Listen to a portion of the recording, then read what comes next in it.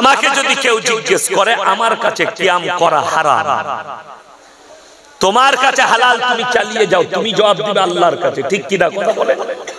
আমি তো তোমার জবাব দিতে যাব না, আমার বোঝানোর উদ্দেশ্য আমি বুঝাবো। একজন বলছে কিয়াম মানে তো দাঁড়ানো,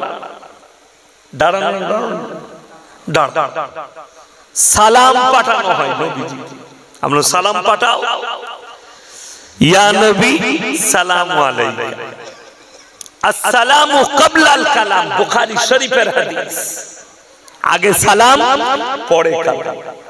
কেউ যদি বাইরে থেকে দিল্লি বোম্বাই থেকে বাড়ি আসে আর ঘর ঢুকি বলে এ বাবা আসসালামু আলাইকুম, কি বলছেন? সিস্টেমটা ঠিক হলো না ভুল হলো? ভুল। কেন? বুখারী শরীফের riwayate আছে আসসালামু ক্বাবলাল কালাম। হযরত আবু বকর সিদ্দিক রাদিয়াল্লাহু তাআলা আনহু riwayate বর্ণনা করছেন, আমার জীবন দশায় নবীজিকে প্রথমে কেউ সালাম দিতে পারেননি, সব সময় নবীজি আগে সালাম দিয়েছেন। জোরে বলে সুবহানাল্লাহ। ইয়া নবী, এ নবী, প্রথমেই বিয়াদবি, প্রথমেই কি বললাম? বিয়াদবি। কার? নবীর সামনে, নবীর সামনে ইয়া নবী সালাম আলাইকুম। আর কি কি বলে আমার জানা নাই, কি বুঝলেন? দিল দিলে লাড্ডু, কি কি সব বলে আমার জানা নাই, কো শুনেছি তো আমি ব্যঙ্গ করিনি, কিছুই করিনি। জাস্ট আমাকে যদি ব্যক্তিগত কেউ জিজ্ঞেস করে আমার কাছে কিয়াম হারাম। আমি 24 পরগনায় জলসা করেছি, আমার আগের বক্তা কিয়াম করেছে, আমি বসে থেকেছি স্টেজে, আমি তারপরে বয়ান করলাম, বয়ান করে নেমে গেলাম। আমার পরের বক্তা ফুরফুরার কোন হুজুরের আওলাদ ছিল, সে দাঁড়িয়ে কিয়াম করলো, আমি পালিয়ে এলাম, আমার বিরুদ্ধে বলল না। আমি বসেছিলাম, যদি আমার বসাটা ভুল হতো সেই বক্তা আমাকে টুকলো না, স্টেজেই দেখে নিতাম কিরকম বাপের বেটা। কিন্তু সে তো জানে কোন মাল বসে আছে, কথাটা বুঝতে পেরেছেন না? পারেন জান, আমি বিশ্বাস করি। আমি আজ পর্যন্ত দাওয়াত নি, যারা গালি দাও তারা শোনো, আমি কোন জায়গায় যাচাই করি না কোন বক্তার দাওয়াত আছে, যাচাই করি না। কেন? আমার ইলমের কমি নাই, আমি যাচাই করব কেন? আমি কোরআন হাদিস বলবো, আমি হকটা বলবো, কাকে ভয় করবো? আল্লাহকে ছাড়া। আমি একটা কাগজ দেখেছি, আমার কাছে কাগজটা আছে, ফুরফুরার একজন বক্তা আছে ওমর সিদ্দিকী, সে কাগজ ছেপেছে, মানে এই দেখবেন ফরম হয় না স্কুল মাদ্রাসার ফরম, ফরম ছেপেছে, ফরমে লেখা আছে যে আমি কোন কোন ওয়াহাবি বক্তার সঙ্গে জলসা করি। আমি এটা বলতাম না, যেহেতু সেখানে আমার আব্বাজির নাম লেখা আছে।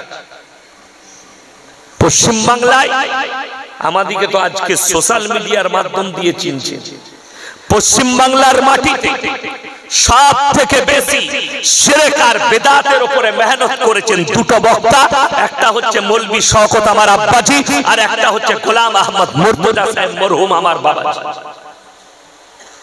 আপনারা জানেন মেদিনীপুরে এমনও গ্রাম আছে বেরিয়ে জেনারেটর ভেঙে দিয়েছে, দুজনকে মাঠে লুকিয়ে থাকতে হয়েছে, এই দুটো বক্তা। সেই গ্রামে আমি জলসা করে এলাম বুক ফুলি। কেন? ইনারা চষে দিয়েছেন, চষা জমিতে আমি চষছি। কথাটা বুঝতে পেরেছেন না? পারেন? আমার জন্য সহজ। এই মানুষগুলো সারা জীবন কাটিয়ে দিল, আমি তার আওলাদ, আমি কি করে কম্প্রোমাইজ করব? আমার কাছে তো কম্প্রোমাইজের রাস্তা না। আল্লাহর কসম, প্রত্যেকটা ভাইকে অনুরোধ করে যাচ্ছি, সবাই এক আল্লাহই বিশ্বাসী হবেন, জোরে বলুন ইনশাআল্লাহ। যখন কেউ রাগ করবেন না, অনেক যারা আমার ভালোবাসার মানুষ আছে তারা বলে মৌলভী সাহেব গাল দিচ্ছে, এই দেখুন এই বক্তাটা গাল দিয়েছে। আর একটা দেখলাম, কি বুঝলেন, পাতলা করে মুর্শিদাবাদী ঘর, সে খুব উল্টো পাল্টা গালি দিয়েছে আমার, বহুত কিছু, আমাকে মোটামুটি জাহান্নাম পর্যন্ত পৌঁছে দিয়েছে। কি বুঝলি? আমি বললাম আল্লাহ যদি ওর হাতে দিয়ে দেয় জাহান্নাম আর জান্নাতটা তো হতে পারে। কি বুঝলি? সে আবার বলেছে মোটা পাড়া বক্তা। কি বুঝলি? সে আবার আমার হাতের মতো তার বডিটা। বলিস কি করে? কোরআন হাদিস নেই,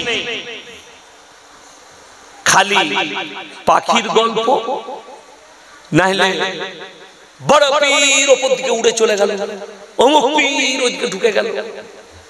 মানুষ কিভাবে পরিবর্তন হবে? আল্লাহর রাস্তায় আসবে, নামাজের পথে আসবে, দিনের পথে ফিরবে, কুসংস্কার গুলো মিটবে, এই বয়ান একটাও না।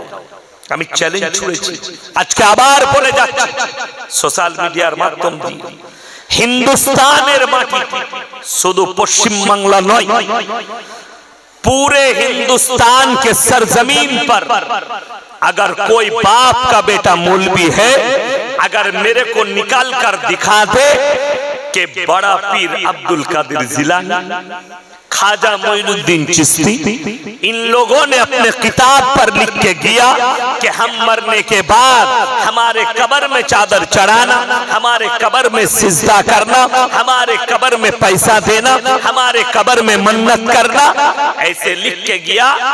तो हम उस मौलवी का आभारी रहे। একটা মৌলবি বার করে নিয়ে এসো একটা কিতাব যে খাজা মঈনুদ্দিন চিশতি এটা লিখে গেছে। কি বুঝলি? একজন লিখছে এই ভণ্ড হুজুর জুবের নাকি না, কি বলছে জানেন?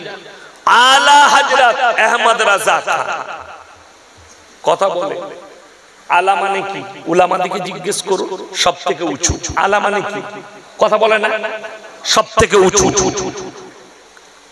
আমরা কোনদিন বলেছি আলা হযরত হযরত মুহাম্মদ মুস্তাফা? কেউ বলেছি? আমরা মৌলবীরা আমরা বলেছি হযরত মুহাম্মদ মুস্তাফা, সকলে বলুন সাল্লাল্লাহু আলাইহি ওয়াসাল্লাম। এটা বলেছি। তো আল্লাহ নবীর থেকে উপরে কি করে চলে গেল? আলা মানে আরো উপরে। কথাটা বুঝতে পারেন? নবীজিকে তোমার মতো গন্ড মূর্খ মৌলবি শোনো, আল্লাহ নবী সাল্লাল্লাহু আলাইহি সাল্লামকে আমরা আলা হযরত বলতে পারিনি, আর তুমি আহমদ রাজা খান বেরেলভিকে বলছো আলা হযরত। এটা একদম নাজায়েজ ভাষা। শোনো মুফতি জুবের, আমি তোমাকে বলে দিচ্ছি, তোমার যদি হিম্মত থাকে তো ফোনেতে সোশ্যাল মিডিয়ায় নয়, তুমি খালি প্রশাসন ঠিক করো, মুর্শিদাবাদের মাটিতে বহরমপুরের যে কোনো জায়গায় বসবে, ইনশাআল্লাহ শওকতের বেটা রেডি আছে। কিন্তু কষ্ট কি জানেন? যাদের মুখের ভাষাই হচ্ছে গালি, তাদের সঙ্গে বসবো, মোবাইল খুলবো না, মোবাইল খুলে শোনাবো না। থোপটা অপর দিকে যদি ছুরি কোথায় পড়বে বলুন? কথাটা গায়ে পড়বে। আমি তো খালি দোয়া করি আল্লাহ হিদায়াত দে। আমাকে যে ভাষায় আমার মা, আমার বাবা, আমার বোন এদিকে যে ভাষায় অশ্লীল ভাষায় আমাকে গালি দিয়েছে, আপনাদেরকে শোনাতে পারবো। সমাজের কলঙ্ক এরা, তার কারণ একটাই, শিরক আর বিদআতের উপরে বলার কারণ। আমার ভাই, আজকে আমি আপনাদেরকে যেটা বুঝাতে চাইছি, এক আল্লাহর উপরে বিশ্বাস আনবো। সকলে জোরে বলুন ইনশাআল্লাহ।